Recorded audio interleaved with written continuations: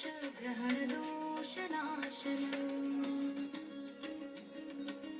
धनहानि विनाशाय सन्ततिदुःखनाशनम् सौम्यरूप कृपालु त्वं सर्वसङ्कटनाशनम् मनोदैन्य विनाशाय शत्रुभयप्रणाशनम् शीतांशो करुणा सिन्धो त्राहि मां शरणागरम् ग्रहकलह विनाशाय आयुर्वृद्धिप्रदायक